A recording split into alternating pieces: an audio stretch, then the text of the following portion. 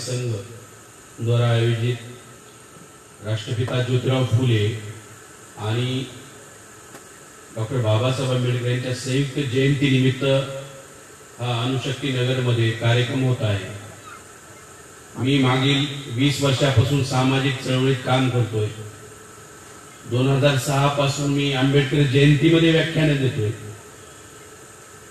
जेवढे जयंतीचे मी कार्यक्रम मागील 18 वर्षात बघितले, तुमच्यासारखं नियोजन मी पहिल्यांदा बघतो। एवढं बारीक नियोजन, एवढी तयारी, एवढा फॉलो एखाद्या कमिटीनं, एखाद्या संघटनेनं नोव्हेंबर मध्ये तारीख घेणं ही तुमची दूरदृष्टी आहे। तुमची जी मॅनेजमेंटची जी काही कमिटी आहे, खरंच मी माझ्या 18 वर्षाच्या या लाईफ मध्ये व्याख्यानाच्या पहिल्यांदा असं काटेकोरपणे नियोजन बघत आहे। आणि जर शिस्तच माणसाला पुढे घेऊन जाते, जर तुमच्यामध्ये डिसिप्लिन नसेल, शिस्त नसेल, तर तुम्ही कोणतंही काम मोठं करू शकत नाही, या मताचा मी आहे। कारण बाजारामध्ये 10,000 लोक असतात, तिथं एकही पोलीस नसतो। तुम्ही कलेक्टरला 10 लोक जा, कलेक्टर ऑफिसला निवेदन घेऊन 10 लोक जा, तहसील ऑफिसला 10 लोक जा निवेदन घेऊन, तिथं 4-5 पोलीस सुरक्षेला असतात। 10 लोकांना सुद्धा सुरक्षा असते, 10,000 लोक बाजारात जमतात तिथं सुरक्षा नसते। त्याचं कारण आहे 10 लोक जर एका विचारानं असेल तर सरकारला सुरक्षा द्यावी लागते। 10,000 लोक बाजारात जमतात, ते कोणतेही एका विचाराचे नसतात, ते आपापल्या मतलावासाठी आलेले असतात। त्यामुळं तुमचं जे प्लॅनिंग आहे त्याबद्दल तुमचं मी बौद्ध रहिवासी संघाच्या सर्व पदाधिकाऱ्यांचं, सदस्यांचं मी सर्वप्रथम अभिनंदन करतो की तुम्ही फार उत्कृष्ट आणि चांगला कार्यक्रम इथं घेत आहात। दुसरी बाब, मी ज्या भूमीतून आलेलो आहे, मी औरंगाबादहून आलेलो आहे, ज्याचं नाव आता छत्रपती संभाजीनगर आहे, ज्याला मराठवाडा म्हणतात। या मराठवाड्यातून आलेलो आहे। बाबासाहेब आंबेडकरांचं विशेष प्रेम आमच्या भूभागाला राहिलेलं आहे, कारण आमच्यावर इंग्रजांनी कधीही राज्य केलं नाही।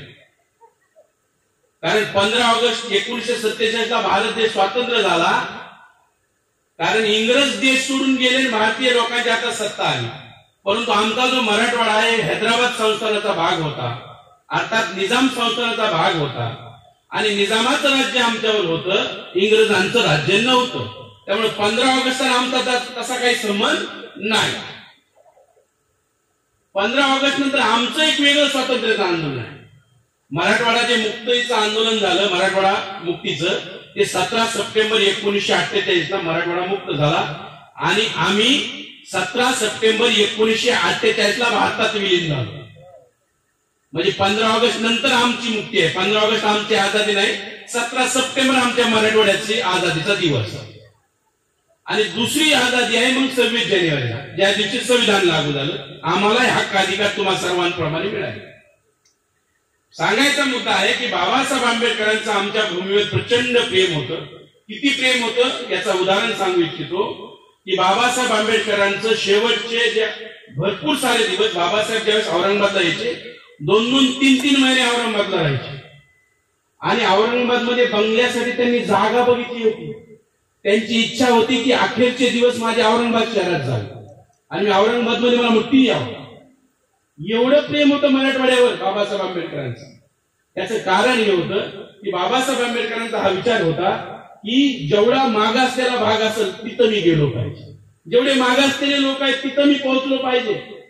जर भौगोलिक दृष्ट्या बघितलं, सामाजिक दृष्ट्या बघितलं, आर्थिक दृष्ट्या बघितलं, महाराष्ट्रामध्ये सर्वात मागासलेला भाग म्हणजे मराठवाड्याचा भाग। आणि बाबासाहेब पहिल्यांदा ज्यावेळेस मराठवाड्यामध्ये आले ते 1934 ला आले मुंबईवरून।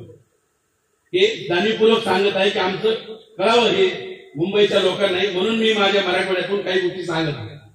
कारण तुम्ही देशाच्या आर्थिक राजधानीमध्ये राहता, त्यात तुम्ही इथं राहतात म्हणजे आणखी वेगळं भूभागामध्ये राहतात। मुंबईमधलं स्पेशल भूभाग आहे, परंतु आम्ही ज्या भूभागातून येतो त्या भूभागाची माहिती सांगण्यासाठी मी 2 मिनिट त्याच्यावर घेत आहे की बाबासाहेब आंबेडकर 1934 ला औरंगाबादहून येल्लोऱ्याला, वेरूळच्या ज्या लेण्या आहेत, ज्याला येल्लोरा केव्ज म्हणतात, त्या वेरूळच्या लेण्या बघण्यासाठी बाबासाहेब आंबेडकर आले होते। त्यांच्या मित्रांनी एक सहल ठेवली होती। बाबासाहेबांनी म्हणले मी सहलीत सहभागी होतो, पण माझी एकच अट आहे तुम्ही मला लेण्या दाखवत असाल तुम्ही येते. आता सरांशी आमची लेण्या संदर्भातच चर्चा चालू होती स्टेजवरती. लेण्या दाखवत असाल तर मी येतो. बाबासाहेब आंबेडकर इथून रेल्वेनं नाशिकला आले आणि रेल्वे नाशिक वरून बसने ते औरंगाबादला पोहोचले 1934. आणि पहिले आमच्या मराठवाड्याच्या भूमीमध्ये त्यांचं पहिलं पाऊल पडलं. बघा, पाऊल पडलं. देवगिरी जो किल्ला आहे ज्याला दौलताबादचा किल्ला म्हणतात, औरंगाबाद पासून 13 किलोमीटर किल्ला आहे. पहिल्यांदा तो किल्ला बघायला बाबासाहेब तिथं बसमधून उतरले. म्हणजे आमच्या मराठवाड्याच्या भूमीला जे पाऊल पडलं डिसेंबर 1934. आणि त्याच्या 5 मिनिटात काय झालं, किल्ल्यावरती जो हौद होता, बाबासाहेब फ्रेश होत होते, तोंडावर पाणी मारत होते. तिथं काही हौदात पाणी पित होते बाबासाहेबांचे सहकारी. आणि त्या दौलताबाद जे आहे, दौलताबादमध्ये अफवा पसरली की महाराणी हौद बाटवला. तर मुसलमान लोक मारायला आले बाबासाहेबांना. मुसलमान लोक मारायला आले. बाबासाहेब हैराण झाले. शिव्या देणं सुरू झालं. येऊन फक्त 5 मिनिटं झाली बाबासाहेब आमच्या भूमीमध्ये. आणि काय घडले, बाबासाहेबांना माहित होतं हिंदू धर्मामध्ये उच्च नीचित आहे, आम्हाला शिव्या बसतात. आणि इथं बी दुसऱ्या धर्माची इथं, म्हणजे मराठवाड्यातील लोकांची काय अवस्था असेल याचा अंदाज आला बाबासाहेब पहिल्या 5 मिनिटात. बाबासाहेबांनी त्यांना सगळ्यातून उत्तर दिलं आणि ते प्रकरण मिटलं. हे बाब वेगळी. पण त्या दिवसापासून बाबासाहेबांनी ठरवलं या मराठवाड्यातील लोकांचं कल्याण केलं पाहिजे, यांच्यावर लक्ष दिलं पाहिजे. म्हणून मुंबईनंतर बाबासाहेबांनी मिलिंद कॉलेज जे आहे ते त्या भूमीत काढले. बाबासाहेबांचं मिलिंद कॉलेज आमच्या भूमीत आहे. अहो, पहिलं कॉलेज आहे ते, मराठवाड्याचं पहिलं कॉलेज आहे ते. पहिल्यांदा फक्त एकच कॉलेज होते 1922 ला सरकारी कॉलेज होते, government college of arts and science. मी त्या कॉलेजचा विद्यार्थी आहे, गव्हर्नमेंट कॉलेज. त्याच्यानंतर मराठवाड्यातलं जर सरकारच्या नंतर जर पहिलं कॉलेज कोणतं असणार तर ते मिलिंद कॉलेज होतं. आणि बाबासाहेबांना तुम्ही कधी औरंगाबादला आलात तर मिलिंद कॉलेज म्हणजे कोलंबिया विद्यापीठाची कॉपी आहे. ती बिल्डिंग जी आहे ना, ती कोलंबिया विद्यापीठाची बिल्डिंग आहे, मिनी बिल्डिंग. ते जे हॉस्टेल आहेत ना, ते लंडन स्कूल ऑफ इकॉनॉमिक्सचे हॉस्टेल आहे. जसे तसे हॉस्टेल होते तसे बाबासाहेबांनी तिथे हॉस्टेल बनवलेले आहे. कारण त्यांच्या डोक्यामध्ये लंडन स्कूल ऑफ इकॉनॉमिक्स होतं, कोलंबिया होतं. असं उच्च शिक्षण माझ्या विद्यार्थ्यांना मिळालं पाहिजे, माझ्या लोकांना मिळालं पाहिजे. म्हणून बाबासाहेबांनी ते मिलिंद कॉलेज, तिथं लॉ कॉलेज, या सगळ्या बाबी सुरू केल्या.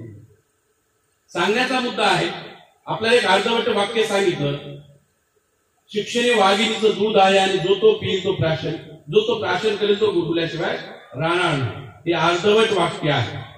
मी पूर्ण वाक्य सांगतो. मी बघा, मी खरं बोलणारा माणूस आहे, मी डायरेक्ट बोलतो. पूर्ण वाक्य काय आहे ते मूक नायक मध्ये छापून आलेलं आहे. बाबासाहेब आंबेडकरांचे जे रायटिंग अँड स्पीचेस महाराष्ट्र सरकारने प्रकाशित केले, 23 खंड प्रकाशित आहेत. त्याच्यातला 19वा खंड, 19व्या खंडामध्ये जाऊन बघा तुम्ही. मूक नायक मध्ये बाबासाहेबांनी लिहिलं, शिक्षण हे वाघिणीचं दूध आहे. हे अर्धवट आपण सांगितलं.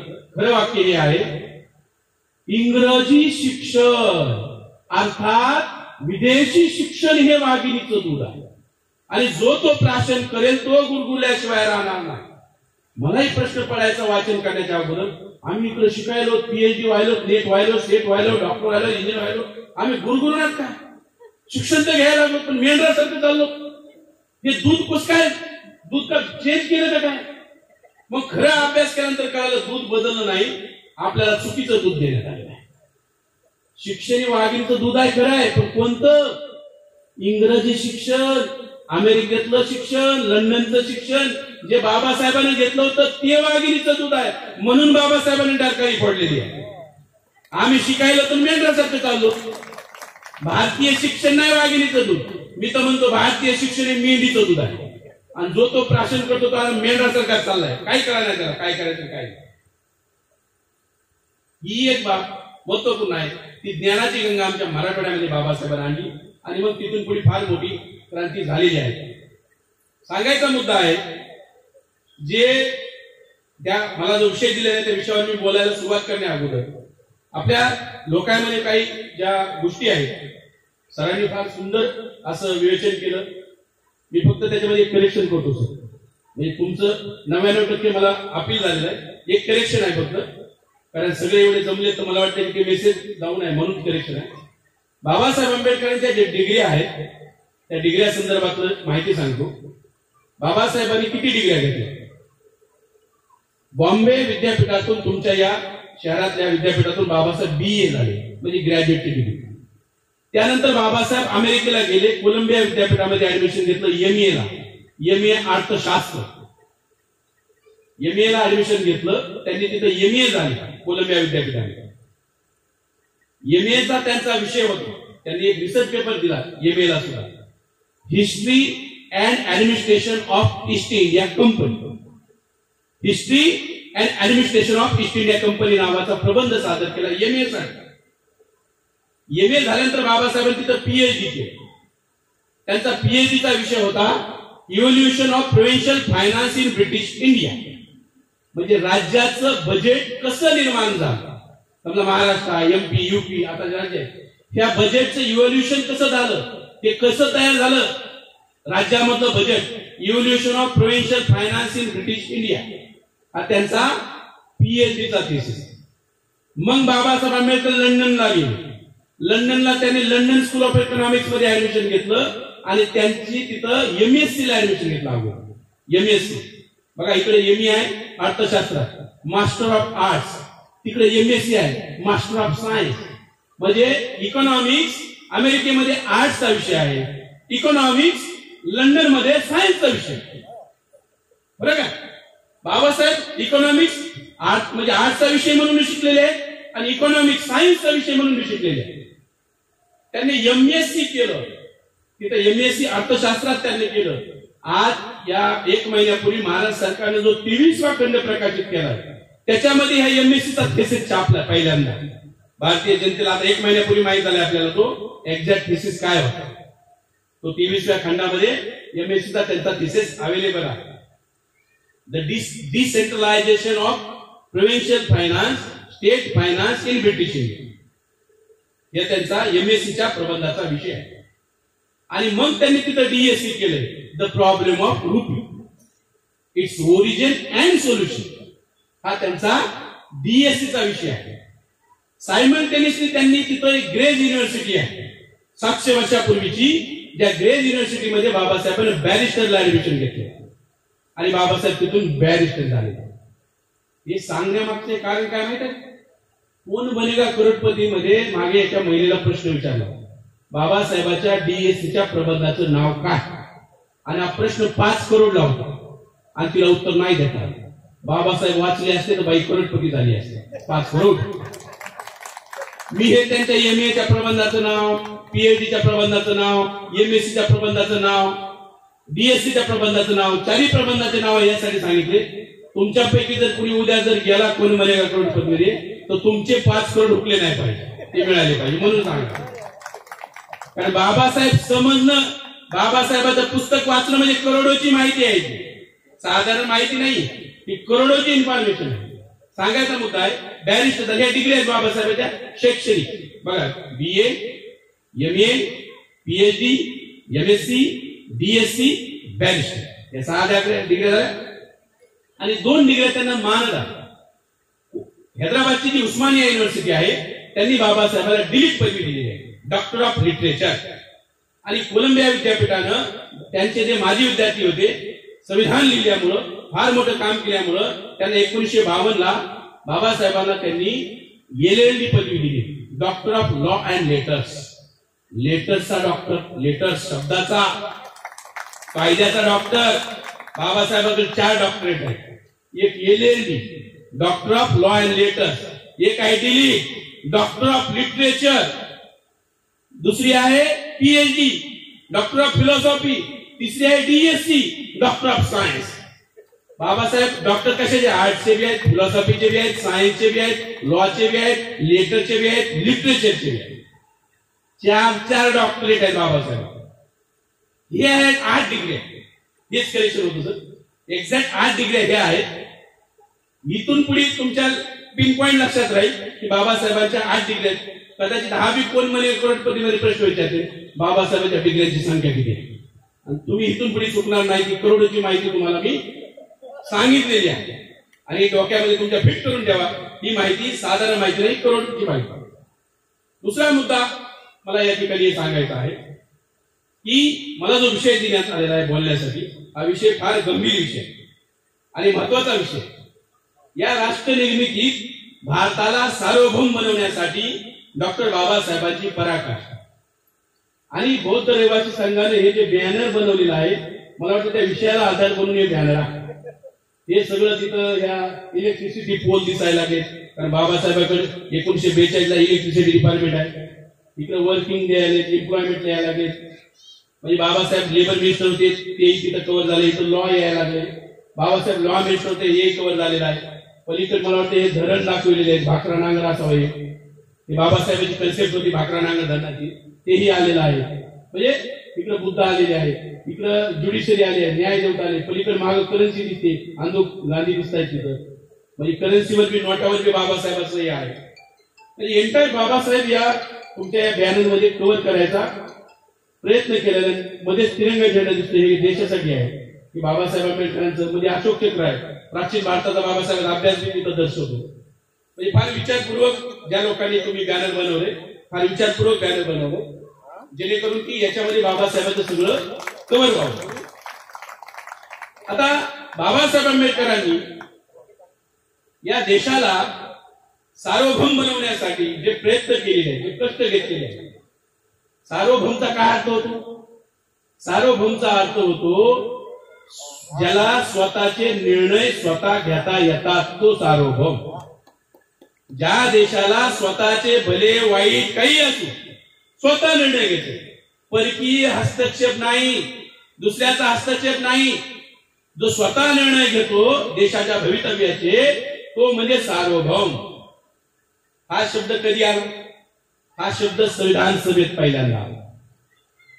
आपल्या देशाचं ज्यावेळेस संविधान लिहिणं चालू होतं आणि संविधान लिहिताना संविधान सभेच्या निवडणुका झाल्या अगोदर 1946 ला आम लोकांनी मतदान नाही केलं.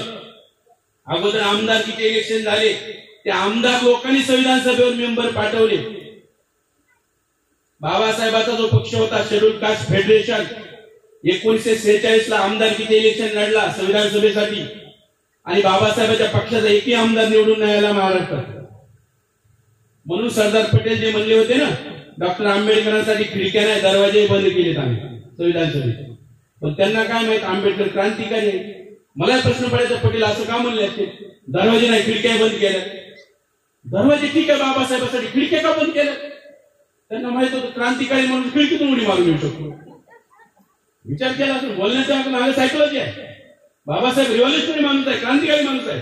दरवाजा नाही, पुढे फट दिसली तर त्याच्यातून मध्ये यायचा, हे त्यांना विचार केला असेल. त्यामुळं हे बोलले असते. बाबासाहेबांच्या पक्षात एकही आमदार महाराष्ट्रातून निवडून नाही आला. बाबासाहेबांच्या पक्षात एकच आमदार निवडून आला, तो आहे बंगालमधून. त्याचं नाव आहे जोगेंद्रनाथ मंडल. आणि बाबासाहेब संविधान सभेवर जे गेले, बाबासाहेब संविधान सभेची निवडणूक लढण्यासाठी 2 आमदाराची अनुमोदक म्हणून सही लागत होती. महाराष्ट्रात एक आमदार नव्हता बाबासाहेबांचा, एकच आमदार बाबासाहेबांचा होता, दुसरा एक मलिक होता. त्या दोघांनी बाबासाहेबांची सही केली अनुमोदक म्हणून आणि बाबासाहेब बंगालमधून निवडणूक लढले आणि बंगालमधून निवडूनही आले, महाराष्ट्रातून नाही. बंगालमधून बाबासाहेब संविधान सभेवर गेले. आता हे दुष्टचक्र तिथं नाही संपलं. ज्या भूभागातून बाबासाहेब निवडून आले होते ते 4 जिल्हे होते, खुलना, जयसोर, बोरीसाल, फरीदपूर. 4 जिल्ह्याची नावं सांगतो परत एकदा ऐका. खुलना, जयसोर, बोरीसाल, फरीदपूर. हे 4 जिल्हे तुम्ही आज गुगल करा कुठं आहे, ते बांगलादेशात आहे. आज ते बांगलादेशात हे 4 जिल्हे आहेत. हे बॉर्डरवरचे जिल्हे आहेत. पश्चिम बंगालच्या पलीकडे लगेच बॉर्डरवरती हे 4 जिल्हे आहेत. बाबासाहेब आणि आजचा बांगलादेश हा 1972 ला बांगलादेश बनला. बांगलादेशाचं जुनं नाव आहे पूर्व पाकिस्तान.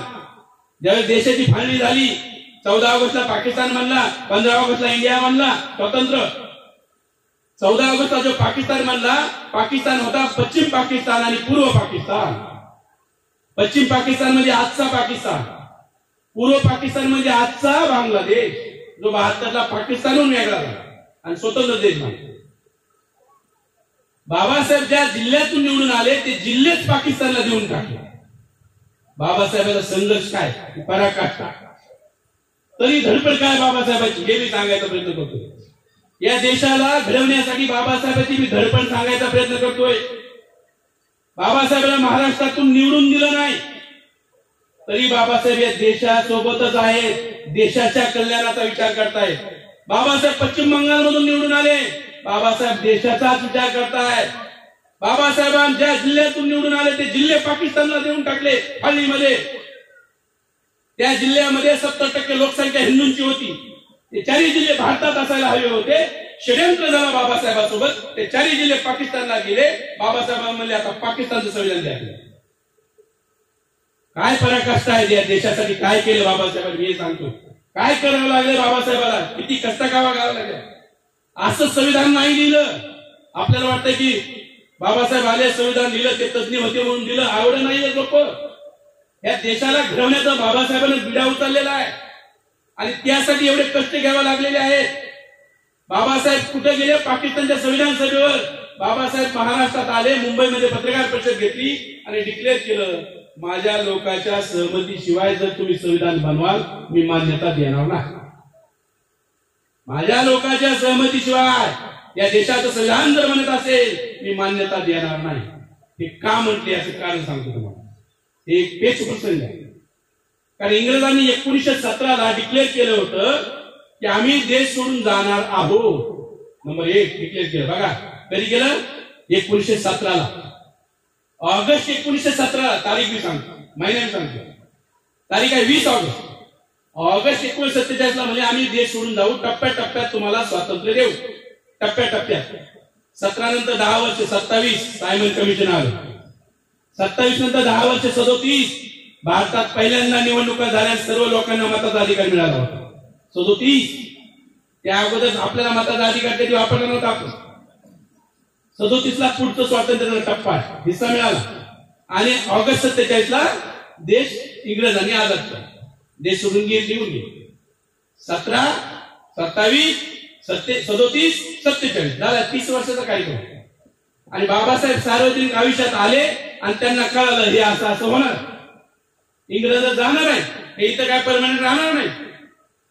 आणि इंग्रजांनी जाण्या अगोदर एक अट टाकली होती, आम्ही टप्प्याटप्प्यात देऊ, पण जर तुम्ही सर्व लोक वेगवेगळ्या जातीचे, वेगवेगळ्या धर्माचे, वेगवेगळ्या ग्रुपचे, वेगवेगळ्या भाषेचे, वेगवेगळ्या राज्याचे मिळून सर्व सहमतीनं जर संविधान लिहित असाल आणि तुमची सहमती होत असेल त्या संविधानावर तर आम्ही जाणार आहे, नाही तर नाही जाणार. आठ लक्षात आली? बाबासाहेबांनी प्रेस कॉन्फरन्स काय सांगितलं? माझी सहमती नाही. मग माउंट बॅटन काय म्हणला त्या काळातला गव्हर्नर जनरल? नेहरूंना बोलिलं, अरे टाइम्स ऑफ इंडियाला काय बातमी आली, आंबेडकरचं तर समर्थन नाही. म्हणजे मग आम्ही नाही जात ना. काय करावं लागेल? ती आंबेडकरचं काय करा समर्थन घ्या संविधान.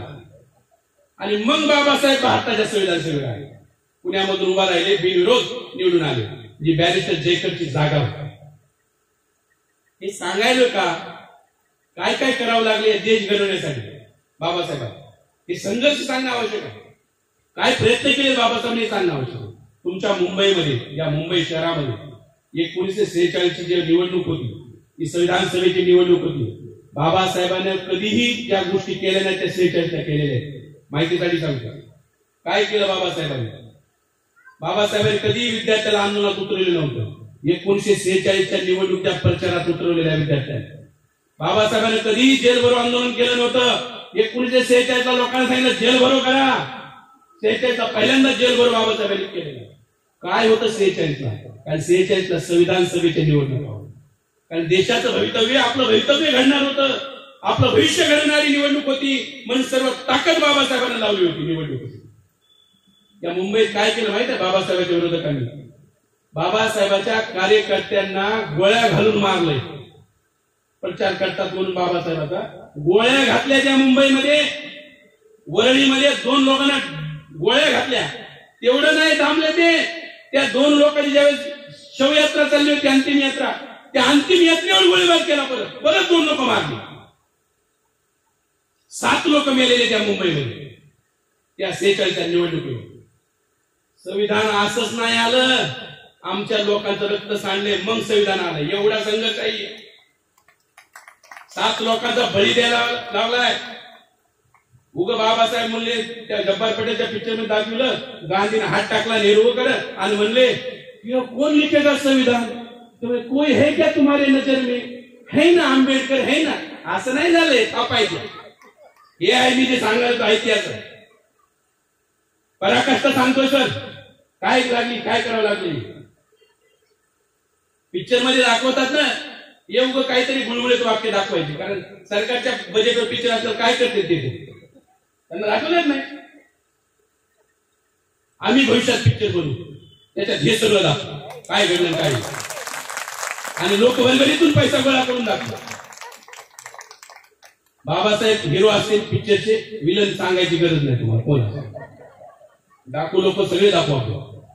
ज्यांनी ज्यांनी या देशाला वरी आणण्याचं काम बाबासाहेबांचं आहे. बाबासाहेबाला दाबणं, बाबासाहेबांना विरोध करणं, बाबासाहेबांच्या लोकांनी मुडदे पाडणं म्हणजे देशविरोधी कृत्य आहे, देशद्रोहाचं कृत्य आहे. एवढं होऊन बाबासाहेब या देशाप्रती असीम प्रेम आहे या देशामध्ये. एवढं झाल्यानंतर बाबासाहेब या देशाचं संविधान लिहिलं. एवढं झाल्यावर आणि संविधान सभेचं पहिलं वाचन 9 डिसेंबरला संविधान सभेची पहिली मीटिंग झाली. 9 डिसेंबर 1946 ला. 13 डिसेंबरला नेहरूंनी संविधानाचा उद्देश सांगितला, ज्याच्यात हा सार्वभौम शब्द पहिल्यांदा आला. 13 डिसेंबर 1946 तारखेबाई सांगतोय. संविधान सभेचे डिबेट अँड डिस्कशन बघू शकता. महाराष्ट्र सरकारने जो 13वा खंड प्रकाशित केलाय त्याच्यामध्ये संविधान सभेमध्ये बाबासाहेबांनी काय काय केलं ते सगळं लिहिलंय. ज्याला इंग्रजी येते त्यांनी इंग्रजी वाचा. तो खंड मराठीत ट्रान्सलेट केलाय आता सरकारनं, 2 व्हॅल्यूम मध्ये प्रकाशित केलाय. तुम्हाला संविधान सभेचं सगळं एवढं मोठं डिस्कशन जर वाचायला वेळ नसेल, जवळपास ते 5000 पानं आहेत, 5000 पानं जर वाचायला वेळ नसेल तर 700 पानं वाचा, 13वा खंड वाचा, सगळं माहिती मिळून जाईल. शॉर्टकट सांगतो तुम्हाला काय वाचायचं. आणि बाबासाहेब आंबेडकरांनी हा जो 13 डिसेंबरला 1946 ला यांनी ही जी प्रस्तावना मांडली नेहरूंनी, त्याच्यात हा पहिल्यांदा सार्वभौम शब्द आला.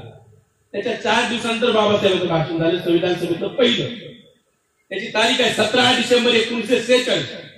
आणि बाबासाहेब भाषणात काय म्हणतात, बाबासाहेबांचा नंबर नव्हता, त्यांच्या पुढे 22 लोक होते. अचानक त्यांना भाषणाला बोलवलेलं आहे, खास गोष्ट सांगतो. आणि बाबासाहेबांनी पहिलं संविधान सभेचं भाषण केलं. संविधान सभेमध्ये भाषण करताना बाबासाहेब म्हणाले की आपण वेगवेगळ्या ग्रुपचे लोक आहोत, आपण वेगवेगळ्या छावणीचे लोक आहोत. मी सुद्धा एका छावणीचा नेता आहे, परंतु ही वेळ आलेली आहे काय, जर आपण सर्वांनी प्रामाणिक प्रयत्न जर केले तर आपल्या देशाला एक होण्यापासून कोणतीही ताकद आपल्याला रोखू शकत नाही. बाबासाहेबांच्या भाषणाला काँग्रेसच्या लोकांनी प्रचंड टाळ्या वाजवल्या. ठरलं काय होतं माहितीये का, बाबासाहेबांना भाषणच करू द्यायचं. बाबासाहेब त्यांच्यापेक्षा सवाशे. मद्रासला ज्यावेळेस एकदा बाबासाहेब गेले तर एका व्यक्तीने बाबासाहेबांच्या विरोधात बोलले. मग बाबासाहेबांनी तिथे गेले, त्या व्यक्तीला इंग्रजांनी सर ही उपाधी दिली, सर. तर बाबासाहेब गेले, म्हणले यांनी मला पेपरात वाचलं, माझ्या विरोधात लिहिले की मी इंग्रजांचा हस्तक आहे. मला तर सर पदवी दिली नाही इंग्रजांनी, जो हस्तक आहे त्याला पदवी दिली असेल ना सर. त्यामुळे मी असं म्हणू शकतो हे व्यक्ती इंग्रजांचे पाळीव कुत्री आहेत. पण मी मानणार नाही, मी असं म्हणणार नाही, कारण माझ्या मर्यादा. बघा, म्हणायचं बी आणि दाखवायचं म्हणलो बी नाही. बाबासाहेब भाषणामध्ये फार विद्वत्तापूर्ण भाषण करायचे, त्यांचा मुद्दा पटवून सांगायचा. संविधान सभेमध्ये बाबासाहेब बोलले तर कुणीच बोलायचं, फायनल शब्द असायचा बाबासाहेब, तर्क तेवढा असायचा, अभ्यास तेवढा असायचा, संविधानाचा अभ्यास. आणि बाबासाहेब मी मागे सांगितलं अर्थशास्त्राचे विद्यार्थी ना, आपल्या लोकांसाठी त्यांनी बॅरिस्टर झाले. हे कायद्याची लढाई लागावं म्हणून त्यांनी बॅरिस्टर केलेली आहे. बेसिक त्यांचा इंटरेस्ट अर्थशास्त्रातच आहे, आणि मग समाजाची लढाई लढण्यासाठी बॅरिस्टर झालेले आहेत बाबासाहेब. हे पहिलं भाषण बाबासाहेबांचं संविधान सभेतलं.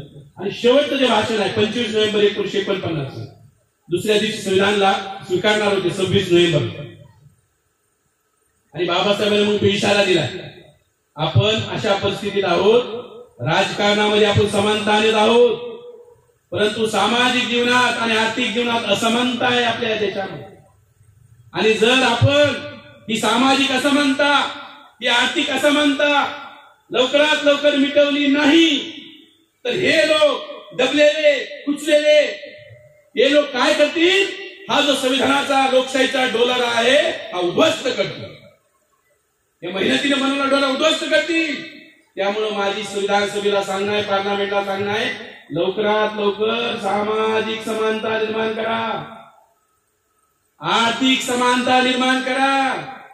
बाबासाहेबांचा इशारा आहे, स्वतः संविधान लिहिलेल्या माणसाचा इशारा आहे, साधारण इशारा नाही. तो सांगायचा मुद्दा आहे की बाबासाहेबांनी फार कष्ट घेऊन संविधान लिहिलं आणि त्या संविधानामध्ये जे प्रियंबल आहे त्या प्रियंबलामध्ये हा देश सार्वभौम आहे हे घोषित केले. आणि सार्वभौम कोणी? We the people of India, आम्ही भारताचे लोक. सार्वभौम कोण करायले? आपण. कोणची बाह्य शक्ती नाही. We the people of India, आपण. भारताला सार्वभौम कोणी घोषित केले? आपण. We the people of India. फक्त संविधान सभेने नाही, सगळ्या भारतातल्या लोकांनी घोषित केलं. वी काय असेल आमचा देश? आमचा देश सार्वभौम असेल. 2 आमचा देश कसा असेल? सेक्युलर असेल. ते ऍड झालं नंतर. आमचा देश कसा असेल? सेक्युलर नंतर सोशलिस्ट असेल. हा देश कसा असेल? हा देश रिपब्लिक असेल. हा देश कसा असेल? हा देश डेमोक्रेटिक असेल. हे प्रिन्सिपल ठरले. हा देश कसा असेल? प्रियंबल काय आहे? संविधानाचा उद्देश आहे. एका वाक्यात सांगायचं. 1960 ला सुप्रीम कोर्टामध्ये एक केस होती. सुप्रीम कोर्टाने काय म्हणलं 1960 ला? हे जे प्रियंबल आहे ज्याच्यामध्ये हे लिहिलंय हे संविधानाचा भागच होता. सुप्रीम कोर्ट त्याच्यानंतर 13 वर्षानंतर 1973 ला केशवानंद भारतीच्या केसमध्ये, जे यूपीएससी एमपीएससी करते त्यांना याचं पिन पॉइंट माहिती असेल, केशवानंद भारतीच्या केसमध्ये 1973 ला तो केस वेगळी होती. पण सुप्रीम कोर्टाने काय निकाल दिला? प्रियंबल हे संविधानाचाच भाग आहे. प्रियंबल हे संविधानाचाच भाग आहे. मला एक प्रश्न पडायचा, आपले सुप्रीम कोर्टाचे वकील कसे काय असं बोलते? जजेस 60चे जजमेंट. आता प्रियंबलचा उद्देश आहे, नेहरूंनी मांडलाय, तो त्याच पुस्तकात आहे, तो त्याचा भाग नाही. अजब आहे.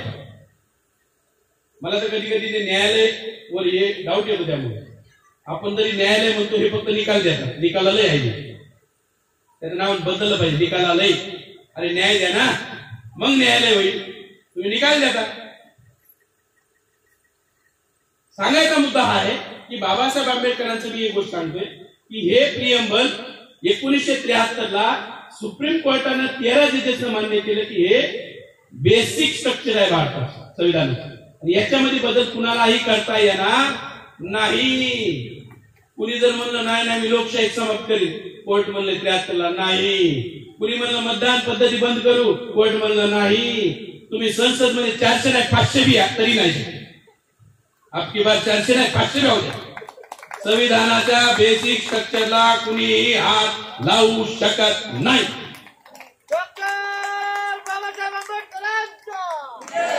त्यामुळे बिलकुल घ्यायचं काम नाही. किंवा आला टमकाला संविधान बदललं एवढं लिहायचं बेचावे संविधान, कुणी आला बदलायला लागलं, हे शक्य नाहीये. त्या उगं बात आहे मतदान घेण्याच्या इकडल्याच्या लोकांच्या नाही. ते अपोजिटला वाटते हे भीती दाखवायची आपल्याला. बदलणार आहे. बदलत फिरलत काही नसते. 10 वर्षात नसतं का बदललं? आपल्या संविधानातच तरतूद अशा आहेत, काही कायदे करता येतात, की पार्लमेंटला अधिकार आहे, काही कायदे करताच येत नाही. बघा बेसिक स्ट्रक्चर कधी बदलणार नाही, हे लक्षात घ्या. हे डोक्यात टाकून नका. कुणी काही म्हणू द्या, बेसिक स्ट्रक्चर बदलणार नाही. हा जे संविधानामध्ये पळवाट आहे त्या पळवाटामुळे काहीतरी होऊ शकतं. संविधानाचं जे प्रियंबल आहे सार्वभौम शब्द आहे, तिथं डेमोक्रेटिक शब्द आहे, तिथं रिपब्लिक शब्द आहे. डेमोक्रेसी आणि रिपब्लिकन मध्ये फरक आहे. मी मायक्रो सांगतोय, मायक्रो लेवलचं. ज्याला 26 जानेवारीला भारताचं संविधान लागू झालंय त्याला म्हणतात रिपब्लिकन डे, रिपब्लिक डे, प्रजासत्ताक दिवस. आणि आपण घेतलेली लोकशाहीला म्हणतात डेमोक्रेसी. रिपब्लिकन आणि डेमोक्रेसी याच्यामध्ये एक मूलभूत फरक बी आहे. अमेरिकेमध्ये जी आहे ती रिपब्लिकन सिस्टम आहे, लंडनला जी आहे ती डेमोक्रेसी. अमेरिकेत डेमोक्रेसी आहे, डेमोक्रेसी छोटी कन्सेप्ट आहे, रिपब्लिकन मोठी कन्सेप्ट. ज्या देशाचा सर्वोच्च प्रमुख, राष्ट्राध्यक्ष, राष्ट्रप्रमुख, राष्ट्रपती जर सामान्य लोक निवडून देत असेल तर ती आहे रिपब्लिकन. अमेरिकेमध्ये राष्ट्राध्यक्ष सामान्य लोक निवडतात, तिथं डेमोक्रेसी आहे आणि रिपब्लिकन सिस्टम बी आहे. लंडन मध्ये देशाचा प्रमुख राजा आहे, पिढीजात, मागच्या 900 वर्षापासून तिथं डेमोक्रेसी आहे, रिपब्लिकन सिस्टम नाही. ज्या देशाकडून आपण लोकशाही घेतली त्याच्या पुढच्या आपण निघालो आता. लंडनला फक्त डेमोक्रेसी, आपण त्याच्या पुढचे आहेत रिपब्लिकन. त्याच्या पुढचं वर्जन आहे आपण. हे मायन्यूट फरक लक्षात घ्या. म्हणून बाबासाहेबांना पार्टीचं नाव, आमच्या बीड जिल्ह्यामध्ये एका कार्यकर्त्याची पार्टी आहे, मातंग जातीच्या कार्यकर्त्यांची एक संघटना, त्या संघटनेचं नाव डेमोक्रॅटिक पार्टी ऑफ इंडिया. मी त्यांना म्हणलं, त्यांच्या कार्यकर्त्यांना, बाबासाहेबांना रिपब्लिकन पार्टी ऑफ इंडिया नाव ठेवलं, डेमोक्रॅटिक पार्टी ऑफ इंडिया का नाही ठेवलं? माहिती परत माहित नाही. बाबासाहेबांना रिपब्लिकन पार्टी ऑफ इंडिया नाव ठेवली, मोठी कन्सेप्ट घेतली. डेमोक्रेसी छोटी कन्सेप्ट आहे. डेमोक्रेसी मध्ये राजेशाही असतो. बाबासाहेबाला बिलकुल राजेशाही मान्य नाही. कोणतीच हुकुमशाही बाबासाहेबाला मान्य नाही. सगळ्या प्रकारची हुकुमशाही बाबासाहेबांनी फेकून दिलेली आहे. आणि देशाला या सार्वभौम बनवण्यासाठी हे मायनूट फरक का सांगतोय? आपण आंबेडकर चळवळीतले लोक आहोत, आपण बुद्धिस्ट लोक आहोत, आपल्याला हे माहीत असलं पाहिजेच. आपण भाषणामध्ये म्हणतो समता, बंधुत्व, न्याय. इंग्रजीमध्ये ते आहे इक्वॅलिटी, फ्रॅटर्निटी आणि लिबर्टी. आपल्या मराठीचा शब्दसाठा कमी आहे, म्हणून त्याचा अर्थ जाणत होतो. बाबासाहेबांचा शब्द वापरला इंग्रजीमध्ये तो आहे फ्रॅटर्निटी. फ्रॅटर्निटीचा अर्थ बंधुभाव होत नाही, बंधुत्व होत नाही. बंधुत्व म्हणजे बघा, बंधुत्व, बंधू भाव. बंधू हा पुरुष असतो, स्त्री नसते. हा माझा बंधू आहे. बंधू म्हणजे भाऊ, भाऊ ही स्त्री नसते, पुरुष असतो. बंधू भाव म्हणजे काय? पुरुषामधला समभाव, स्त्रिया मायनस. बंधुत्व हा शब्द चुकीचा आहे, अर्धवट आहे, पुरुषवाचक शब्द आहे.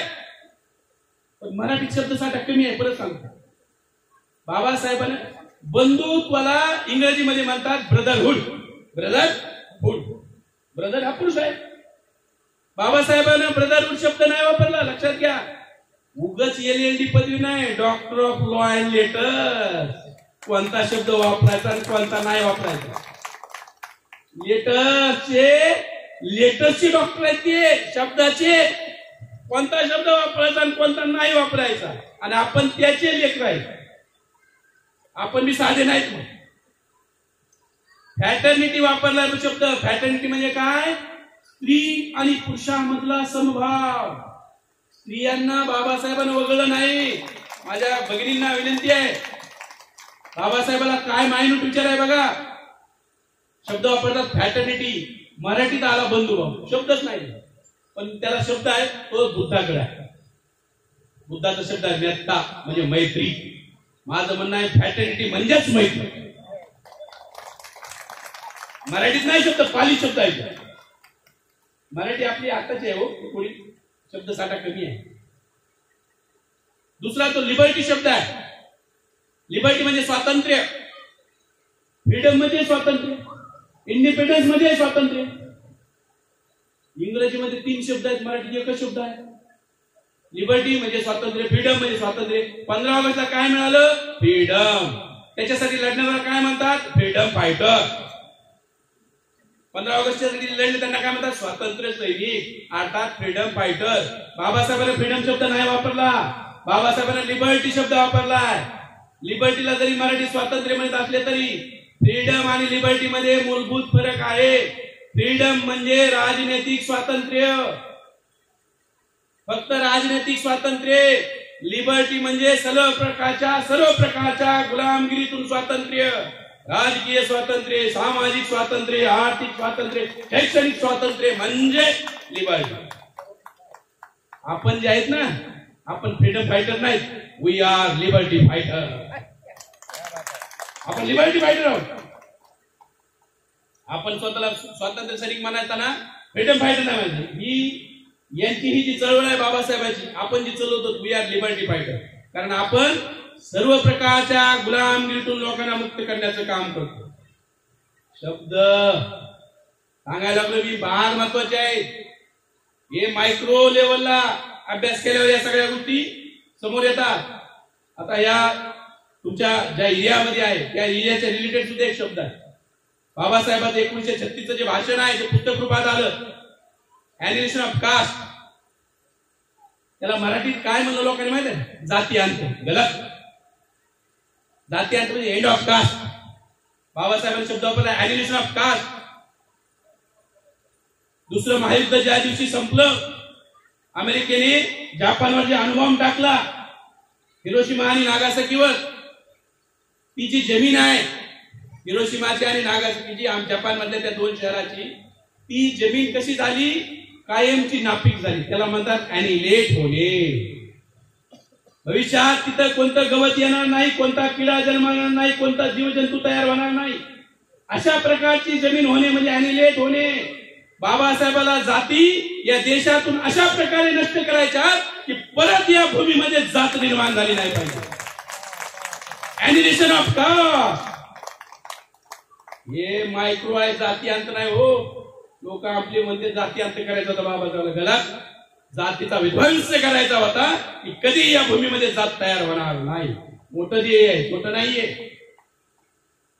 छोटं नाहीये. का नष्ट करायच्या त्या जाती? या जातीमुळे हा देश गुलाम राहिलेला आहे. शक आले, खून आले, कुशाण आले, मोगल आले, डच आले, पोर्तुगीज आले, फ्रेंच आले. अरे सगळ्यांनी आपल्याला गुलाम केलं. का केलं गुलाम? या जाती व्यवस्थेमुळे. तुम्हा आम्हाच्या जर सरांनी सांगितलं नव्हतं, आपल्या हातात शस्त्र नव्हतं म्हणून गुलाम केलं या देशाला. आमच्या हातात शस्त्र असतं तर हा देश गुलाम झाला नसता. आणि आमच्या हातात का शस्त्र नाही? त्या जाती व्यवस्थेमुळे. 2500 वर्ष आपला देश गुलामीत राहिला, याला कारण आहे जाती व्यवस्था. खरा देशभक्त माणूस काय करेल? पहिल्यांदा ही जाती व्यवस्था नष्ट करेल. देशभक्त कसा ओळखायचा? जो जाती व्यवस्था नष्ट करायला निघाला तो खरा देशभक्त. आणि जो जाती व्यवस्था ठेवून देशभक्तीचं बाता मारतो तो खोटा.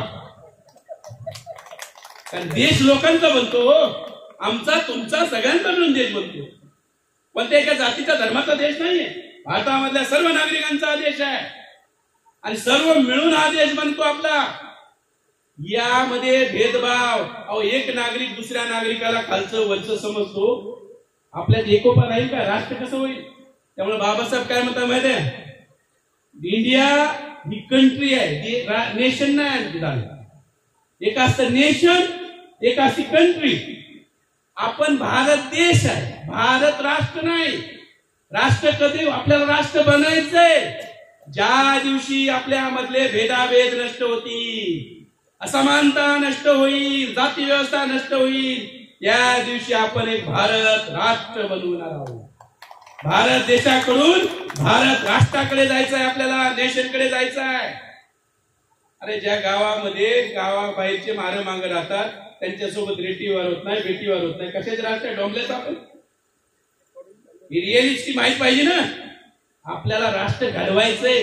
उगं बाता मारून ते होणार नाही. फक्त ग्राउंडवर काम करावं लागेल. आणि ते नष्ट करण्यासाठी बाबासाहेबांनी सगळी पराकाष्ठा केली आहे, सगळे प्रयत्न केले. हे प्रत्येक काम या देशाला उन्नत करण्यासाठी बाबासाहेबांनी केलेलं आहे. प्रत्येक काम. एवढी दूरदृष्टी होती माझ्या बापाकडे, एवढी दूरदृष्टी आहे बाबासाहेबांकडे. प्रचंड वाचन केल्यामुळे ती दूरदृष्टी आलेली होती बाबासाहेब. प्रचंड वाचन केलेलं आहे बाबासाहेबांनी. ज्यावेळेस भारत स्वतंत्र झाला, पाकिस्तान स्वतंत्र झाला, संस्थानिकांचा मुद्दा होता. तुमच्या माहितीसाठी सांगतो, बाबासाहेब सुरुवातीपासून संस्थानिकाच्या विरोधात होता. 1935 ला सेकंड इंडिया ऍक्ट बनला. कुणीही त्या ऍक्टच्या विरोधात बोलला नाही. फक्त आंबेडकर बोलले, फक्त बाबासाहेब एकटे बोलले. ते म्हणले सगळा कायदा केला त्यास राजांना का नाही लागू केला? त्या राजांना या कायद्यामध्ये आणा. संस्थानिकांना ढील देऊ नका, कायद्याच्या क्षेत्रात आणा. त्या काळामध्ये 2 पद होती, गव्हर्नर जनरल ऑफ इंडिया आणि व्हाईसरॉय ऑफ इंडिया. मी वाचला असं. व्हाईसराय आणि गव्हर्नर जनरल, हे दोन पद वेगवेगळे आहेत. भारतीय लोकांचा जो सर्वोच्च प्रमुख होता त्याच्या पदाचं नाव होतं गव्हर्नर जनरल ऑफ इंडिया. आणि संस्थानिकांच्या जो प्रमुख होता, संस्थानिक आणि जो ब्रिटिश राजा आहे, राणी आहे, त्यांच्यामध्ये समन्वय घडवून आणणारं जे पद होतं ते होतं व्हाईसरॉय ऑफ इंडिया. हे एकाच व्यक्तीला द्यायचे, पण पद वेगवेगळे होते, जिम्मेदाऱ्या वेगवेगळ्या होत्या, डिपार्टमेंट दोन वेगळे आहेत, व्हाईसरॉय आणि गव्हर्नर जनरल ऑफ इंडिया, हे दोन वेगवेगळे आहेत. बाबासाहेब आंबेडकरांनी ज्यावेळेस संविधान हे सगळं लिहिणं चालू होतं, भारत पाकिस्तान देशाची फाळणी झाली, संस्थानिकांना सांगण्यात आलं, एक तर तुम्ही ब्रिटिशांनी कायदा केला पार्लमेंटमध्ये लंडनच्या, संस्थानिकांना म्हणजे तुमच्याकडे 3 ऑप्शन आहेत. एक, तुम्ही भारतात विलीन होऊ शकता. 2, तुम्ही पाकिस्तानमध्ये विलीन होऊ शकता. 3, तुम्ही स्वतंत्र देश होऊ शकता. सगळ्या संस्थानिकांनी कुणी पाकिस्तानमध्ये गेलं, कुणी भारतामध्ये आलं. फक्त 3 संस्थान राहिले, 3 राजे राहिले ज्यांचा प्रश्न मिटला नव्हता. एक जुनागड, राजस्थान आणि गुजरातच्या बॉर्डरचं जुनागड राज्य. जुनागड राज्य, जुनागडची कहाणी कधीतरी सांगा. लता मंगेशकरांनी लग्न का नाही केलं त्या जुनागडच्या राजकुमारासोबत. लता मंगेशकर जुनागडला जायचे एका वाक्यात, ते जुनागड. पण नंतर जुनागड बी विलीन झालं. 2च राज्याचे प्रश्न राहिले, एक हैदराबाद म्हणजे आमचा मराठवाडा त्याच्यात येत होता, आणि दुसरा काश्मीर राज्याचा प्रश्न. हे दोन्ही काय म्हणले माहिती आहे, आम्हाला दोन्हीकडे जायचं, आम्ही स्वतंत्र देश म्हणून राहणार. मग मंत्रिमंडळाची बैठक झाली. बाबासाहेब आंबेडकर म्हणाले, आपण सार्वभौम आहोत. काय आहोत? सार्वभौम. आणि आपल्या देशातल्या अंतर्गत प्रश्नावर बाहेरचे लोक काही करू शकत नाही. नेहरूंना आणि पटेलांनी बाबासाहेबांनी सल्ला दिला, तुम्ही काय करा, मिलिटरी पाठवा हैदराबादला, मराठवाड्यावर मिलिटरी पाठवा आणि त्याला कब्जात घ्या भारताला. पण एक काम करा, त्याला मिलिटरी ऍक्शन म्हणू नका, त्याला पोलीस ऍक्शन नाव द्या. काम मिलिटरी करणार पण ऍक्शन पोलीस ऍक्शन. का? आमच्या देशाचा अंतर्गत प्रश्न आहे. मिलिटरी काय करते, मिलिटरीचा कधी रोल येतो माहित आहे, परकीय दुश्मनांसाठी लढणार. पोलिसांचा रोल येतो अंतर्गत बाबींसाठी काम करतो. नाव दिलं पोलीस ऍक्शन की मिलिटरी ऍक्शन. आणि मग मगा जो मी तारीख सांगली 17 सप्टेंबर 1948 ला मराठवाडा स्वतंत्र झाला. अर्थात हैदराबाद भारतामध्ये विलीन झालं, निजाम पळून गेला. आता हे भारताने केलं, पाकिस्तानला काय वाटलं, असं आहे का? आणि भारताने स्टेटमेंट काय दिलं, प्रजा हिंदू आहे, राजा जरी मुसलमान असेल निजाम, पण प्रजा बहुसंख्य हिंदू आहे आणि त्यांची इच्छा आहे भारतात विलीन व्हायचं, म्हणून आम्ही पोलीस ऍक्शन घेतली. समर्थन असं केलं भारत सरकारने. मग पाकिस्तान सरकारने चाल केली, काश्मीरची प्रजा मुसलमान आहे, राजा हिंदू आहे. तिकडे उलट झालं, राजा हरिसिंग राजा होता, प्रजा मात्र मुसलमान होती. ते म्हणजे प्रजेची इच्छा आहे पाकिस्तानमध्ये यायची, त्यांनी मिलिटरी पाठवली. हरिसिंग म्हणायचा मी स्वतंत्र देश आहे माझा. ज्यावेळेस पाकिस्तानची मिलिटरी आली त्याला कळालं आपलं काही खरं नाही आता. मग त्याने पत्र लिहिलं नेहरूंना, प्रधानमंत्री भारताच्या, की आम्हाला मदत करा. नेहरू म्हणले तुम्हा 2 देशाचा तो प्रश्न आहे, पाकिस्तान वेगळा देश आहे, काश्मीर एक वेगळा देश आहे, आम्ही भारत त्याच्यात कसं काय जाणार, तो तुमच्या 2 देशामधला प्रश्न आहे, आम्ही कसं काय मध्ये येऊ शकतो. ते म्हणलं मग काय करावं लागेल. नेहरू म्हणले विलीन करावं लागेल, मग मदत करतो. मग त्यांनी विलीन करायचं ठरवलं. मग ते म्हणले माझ्या काही अटी आहेत, काही शर्ती आहेत, ज्या काही अटी आहेत शर्ती आहेत सांग आणि विलीन होऊ. त्या अटी आणि शर्ती म्हणजे 370 कलम. काय 370 कलम सांगायला, 370 कलम म्हणजे राजा हरिसिंगाने काश्मीर भारतात जो विलीन झाला, ज्या अटी आणि शर्तीवर झाला म्हणजे 370 आर्टिकल. आपल्याला कळू देत नाही 370 हटवलं, 300 काय हटवलं ते माहित पाहिजे ना, काय हटवलं. आपण आंबेडकर चळवळीत आपल्याला बारीक माहित असतं पाहिजे एक्झॅक्ट काय झालं. मग असं झाल्यानंतर मंत्रिमंडळाची बैठक बसली. बाबासाहेब ते याला बैठकीला होते.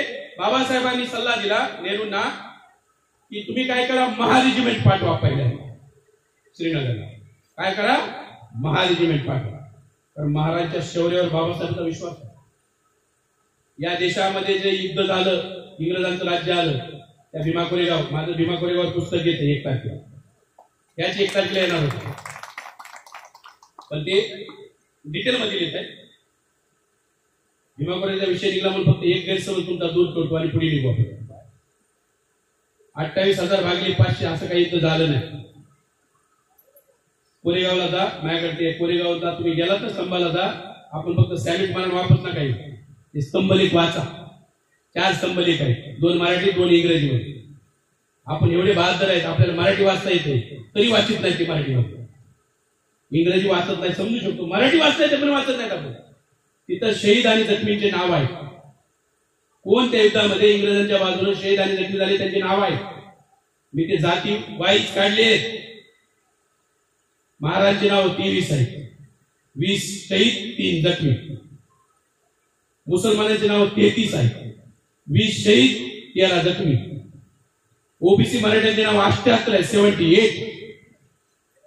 सर्वात कमी महाराजांचे नाव आहेत. महाराजांनी दावा ठोकला आमचा स्तंभ. मुसलमानांना ओबीसी मराठ्यांना पत्ताच नाही, त्यांचा बी आहे नाव आहे. ते स्तंभ 8 मराठ्यांची नाव आहे, 8 आदिवासींचे 4 नाव आहेत स्तंभावर. सगळ्यांचा स्तंभ आहे हो. ज्यांना ज्यांना पेशवाई गाडायची त्या सगळ्यांचा स्तंभ आहे तो. तो देशाचा स्तंभ आहे. पेशवाई गाडली म्हणजे देशाचा स्तंभ आहे तो. आणि हे वेगवेगळ्या जातींची संख्या आहे. त्यामुळे आता आपण म्हणणं बंद केलं पाहिजे 500चे 500 मारत होते. दुसरे होते ते म्हणा, त्यांना वाटलं तुम्ही स्वतः आम्ही कसे यावं तिकडे, म्हणून भीमा कोरेगाव दंगल झाली. ते आपल्या आणि आपल्या गायक लोकांनी फार वाटोळं केलं. उभं कापलं, आडवं कापलं, चरचर कापले, तुरा कापला.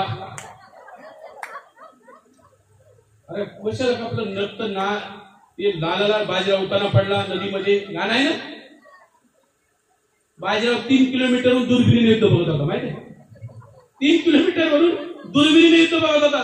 कशाला उताना पडेल तिथं? गायक लोकांचा इतिहासाचा काही प्रश्न नसतो. माझं तर म्हणणं गायक लोकांचं एक टावरच गेलेलं असते, 3 टावर त्यांना मोबाईल असतो बाकी. आणि काही गाण्याला भीमा आवडीनं बाई खाई कांदाला भाकर. कधी खाल्लं रे? कधी नाही खाल्लं मी. बाबासाहेबांना आवडीनं कांदा भाकर. बाबासाहेबांना आवडीनं मटण खाल्लेलं आहे, तुमच्या माहितीसाठी सांगतो. मी तुम्हाला म्हणलं तुम्हाला देतो कांदा भाकर, खाताल का? खायला खाताल तुम्ही कांदा भाकर? बाबासाहेब श्रीमंत होते, गरीब नव्हते. डोक्यातून काढून टाका. चांगले श्रीमंत होते. लहानपणीचा तो किस्सा आहे बैलगाडीचा. हातात सोन्याच्या अंगठ्यान गळ्यात चेन होती सोन्याची. माझ्या आजपर्यंत मी 36 वर्षात झालो, माझ्या गळ्यात चेन नाही सोन्याची. बाबासाहेब लहान असताना सोन्याची चेन होती. गरीब असते बाबासाहेब. अहो त्यांची पुस्तकं जी लायब्ररी आहे ना, 1940 ला जे पिलाई विद्यापीठ आहे, पिलाई युनिव्हर्सिटी बिर्लाची, त्या बिर्लानं विकत मागितली होती. 4 लाख रुपये द्यायला तयार होते. बाबासाहेबांनी 1940 ला जर ते 4 लाख घेतले असते, बँकेत टाकले असते, दाम दुप्पट योजनेत 7 वर्षात दुप्पट झाले असते. 7 वर्ष. 40 ला बँकेत टाकले, 47 ला झाले असते 8 लाख. त्याच्या 7 वर्षांतर 54 ला झाले असते 16 लाख. 61 ला झाले असते 32 लाख. 68 ला झाले असते 64 लाख. 75 ला झाले असते 128 लाख. 1982 ला झाले असते 256 लाख. 6 लाख वरचे सोडा, राऊंड फिगर 2.5 करोड. 256 6 लाख वरचे सोडा 2.5 करोड 82 ला. त्याच्यानंतर 89 ला झाले असते 5 करोड. 96 ला झाले असते 10 करोड. 2003 ला झाले असते 20 करोड. 2007 ला झाले असते 40 करोड. 2017 ला झाले असते 80 करोड. 2024 ला झाले असते 160 करोड. बाबासाहेबांच्या पुस्तकाची आजची किंमत 1,60 करोड. गरीब आहे ते बाबासाहेब. कांदा भाकर खायला तुमच्यासारखे भिकारी कुणी जायचे? अरे माय श्रीमंत म्हणत होता. हे गरिबीचं नाही. आंबेडकर चळवळ फुलेंची गरिबीची नाही. माझं तर म्हणणं गरिबी नाही. हे आपल्याला उभं गरीब करेल. हे रमाई फाटकं लुगडं नेसायची, मग बगावऱ्या थापायची. सांगा ना, सुरुवातीला केलं असं. पण रमाई राजगृहावर मिळाल्यानंतर बंगल्यामध्ये ते बी सांगा ना. दलित चाळीमध्ये राहिले पण मरताना बंगल्यात आहे ना. दिवस चांगले राहिलेत ना. किती दिवस ते गरिबीच्या गोष्टी सांगायच्या? लेकरं मेले, हे केलं तेव्हा केलं. जरा चांगलं सांगा. गरिबीचं नाही चळवळ. श्रीमंताची ज्योतिबा फुले कॉन्ट्रॅक्ट होते. 80 एकर जमीन घेतली होती. 80 एकर मांजरीला. हे सीएसटी स्टेशन आहे ना, त्याचे कॉन्ट्रॅक्ट होते ज्योतिराव फुले. सीएसटी स्टेशन ज्योतिराव फुलेंनी बांधले, त्याचं कॉन्ट्रॅक्ट होतं ज्योतिरावांकडे. या मुंबईचं. एवढे हे श्रीमंत होते. ज्योतिराव फुलेचा टर्नओव्हर किती होता माहिती आहे त्यांच्या कंपनीचा, कॉन्ट्रॅक्ट कंपनीचा? 20,000 रुपये. तुम्हाला वाटतं 20,000 त्या काळात कमी आहे? कमी नाही. टाटाची इंडस्ट्री आहे ना, टाटाचा टर्नओव्हर होता त्या काळात 10,000 रुपये. टाटाचा टर्नओव्हर 10,000, ज्योतिराव फुलेचा टर्नओव्हर 20,000. टाटापेक्षा श्रीमंत आहे ती आपले बाप. गरिबीचं नाही, धंदेस्वाड आहे. लोकांना हे सांगणं गरिबी गरिबी. श्रीमंत व्हा, लबाडी चोरी दरोडे टाकू नका, फक्त चांगल्या मार्गाने. हेच आहे महात्मा, हे आहे फुलेंचं सांगणं, हे आहे बाबासाहेबांचं सांगणं. मी सांगत होतो कोरेगावचा तो हे आहे स्तंभावती या जातींचे आकडे. दुसरं त्याच्यातला एक कन्सेप्ट एवढाच आहे, तिथं 500 लोकांची तुकडी होती, त्याचं नाव बॉम्बे नेटिव्ह इन्फंट्री. ती पैदल तुकडी. 250 गोल्डर होतं, पुन्हा ऑक्झिलरी हॉर्स आणि 25 सैन्य याचं होतं, मद्रास आर्टिलरीचं तोफा होतं. 500, 250, 25, 775. हे युद्ध 775 विरुद्ध 28 असतात. ते 500 आकडा काढून टाकतात. आपले लोक अति शाळे असल्यामुळे 28,000 भागले 500 छप्पन येतो. मग मन का नाही पडली त्यासाठी 56 बघितली, 57 का नाही बघितली, 55 का नाही बघितली. अरे बुद्धी आहे म्हणून काही विचार करता का? तर्क करता येतो म्हणून? जरा फॅक्ट बी बघा ना. हे फॅक्ट बघण्याचा कार्यक्रम आहे. मी मगाच बोललो सुरुवातीला, मी काय बरं बोलत नाही, मी खरं बोलतो, जे आहे ते बोलतो आणि पुराव्यानिशी बोलतो. आंबेडकरवादी असण्याची सर्वात चांगली निशाणी काय माहिती आहे? पुराव्यानिशी बोला, बेधडक बोला, खरं बोलू नका, काय प्रॉब्लेम नाही. तर बाबासाहेब आंबेडकरांनी सांगितलं तुम्ही मिळती पाठवा. महारेजिमेंट जी नंतर महाराजांना अस्पृश्यांना मिलिटरीतून काढून टाकलं होतं 1892 ला इंग्रजांनी पॉलिसी बनवून. त्याच्यामुळे रामजी सुभेदारला रिटायरमेंट घ्यावी लागली होती. बाबासाहेब 1 वर्षाचे असताना पहिलं महायुद्ध सुरू झालं, त्यांनी परत महाराजांना घेतलं, अस्पृश्यांना घेतलं मिलिटरीत. पहिलं महायुद्ध संपलं, परत काढून टाकलं. दुसरं महायुद्ध सुरू झालं, ते आले म्हणले बाबासाहेब जरा मदत करा. ते म्हणले असं युद्ध थ्रो करण्यासाठी घेता काढता नाही म्हणे, यावेळेस परमनंट होतो तुमची रेजिमेंट. महारेजिमेंट 1942 ला जी बनलेली आहे ना, 42 ला महारेजिमेंट बनली. आणि मग जर्मनीला ते फौजा गेल्या, लक्षात घ्या, लंडनला. आणि त्या नव्या दमाच्या लोकांनी जर्मनीला हरवलेला आहे. दुसरा युद्ध आपण जिंकून दिलेला आहे इंग्लंडला. आपण त्यांच्यावर दुसरं महायुद्ध जिंकून दिलंय, पहिलं महायुद्ध जिंकून दिलंय. फक्त भीमा कोरेगाव मध्ये नाही, महायुद्ध जिंकून दिलेत आपण, पहिलं दुसरं. बाबासाहेब म्हणले, नेहरूला माहित होतं हे लय भयानक लोक आहे. ते म्हणले ठीक आहे. पठाणकोटला बाबासाहेब गेले हेलिकॉप्टरनं, तिथं भाषण केलं. महारेजिमेंटच्या पहिल्या फौजा उठल्या, श्रीनगरला गेल्या. न थांबता 10 किलोमीटरवर आलं होतं सैन्य पाकिस्तानचं. 100 किलोमीटर मागे खदेडलं त्यांना. त्याच्यातल्या 3 महाराजांना महावीर चक्र मिळालेलं आहे त्या युद्धामध्ये, पराक्रम केला. इंग्रजांना जे पहिलं युद्ध हरलं महारेजिमेंट मुळे जिंकलेलं आहे. बाबासाहेबांचं काम मी सांगायला काय केले. 1948चा मुद्दा, मग काश्मीरचा मुद्दा आलेला आहे. बाबासाहेब म्हणजे याचं सोल्युशन काढा. नेहरूला म्हणले थांबू नका, आता मिलिटरी आपली मिलिटरी पाठवा, लाहोर काबीज करा, पाकिस्तानच ताब्यात करा, बघू काय करायचं. नेहरूंनी गलती केली आणि नेहरू तो मुद्दा युनोत घेऊन गेले, युनायटेड नेशन्स ऑफ ऑर्गनायझेशन. आणि युनोनं सांगितलं जैसे ते जिथं तिथं थांबा. लाईन ऑफ कंट्रोल तयार झाली, LOC, लाईन ऑफ कंट्रोल, जिथं तिथं थांबा. आणि म्हणून काश्मीरचा मुद्दा आजपर्यंत बाबासाहेबांचं ऐकलं असतं त्याच काळात निघाला असता, आपला भाग झाला. मग बाबासाहेब म्हणले सेकंड ऑप्शन काय करायचे, 3 भाग करा. काश्मीर मुस्लिम बहुल वेगळं राज्य करा, जम्मू हिंदू राज्य वेगळं करा, आणि लेह लडाख बुद्धिस्ट लोकांचं वेगळं राज्य करा. 3 राज्य करा. हे 2 राज्य अगोदर घ्या भारतात, काश्मीरचं बघू. आता जे केले काही हे त्यावेळेस बाबासाहेबांनी सांगितलं. काय मुद्दा सांगतोय, आंतरराष्ट्रीय प्रश्नावरती असं सार्वभौम नाही होत देश. त्या सगळ्या बाबींचा अभ्यास लागतो. बाबासाहेबांकडे युद्धशास्त्राचे 400 पुस्तकं होती. किती? 400 पुस्तकं बाबासाहेबांच्या लायब्ररीमध्ये युद्धावर, युद्ध कसं करायचं. बाबासाहेबांना एक जणांनी विचारलं कसं काय एवढं. अरे म्हणे मिलिटरीमॅनचा पोरगा आहे ना, रक्ताचं युद्ध आहे आमच्या. मी मिलिटरीमॅनचा पोरगा आहे, माझ्या आजा मिलिटरीमॅन, माझ्या माईकडले आजा मिलिटरीमॅन, आम्ही तर रक्तातच सैन्य आहे आमच्या, म्हणून माझ्याकडे नाही तर कुणाकडे असतो. जे निडरपणा होता ना बाबासाहेब, तिथून आणतात, भेटच नव्हतं. निडरपणा जो होता, मिलिटरीचं बॅकग्राऊंड होतं, त्यामुळे बाबासाहेब आंबेडकर भेट नव्हते. बाबासाहेबांचं हे सरळ म्हणणं होतं, तत्कालीन परिस्थितीमध्ये परिस्थिती बिकट होत आहे, आपण काय केलं पाहिजे. दुसरं महायुद्ध झालं, 45 ला झालं आणि 2 गट निर्माण झाले, एक रशियाचा गट, एक अमेरिकेचा गट. बाबासाहेबांचं म्हणणं होतं कोणत्या तरी एका गटात चला, अलिप्त राहू नका. नेहरूंचं धोरण होतं अलिप्तवाद धोरण होतं नेहरूंचं. बाबासाहेबांनी अलिप्त राहू नका. उद्या जर चीननं आपल्यावर आक्रमण केलं तर रशियाच्या गटात चीन असल्यामुळे रशिया आपल्याला मदत करणार नाही आणि आपण अमेरिकेच्या गटात आहे म्हणून अमेरिका मदत नाही करणार. हे भाषण आहे पार्लमेंट मधलं 1952. काय म्हणजे बाबासाहेब, उद्या जर चीननं आक्रमण केलं एक्झॅक्ट 10 वर्षांतर खरंच चीन आक्रमण केलं 65.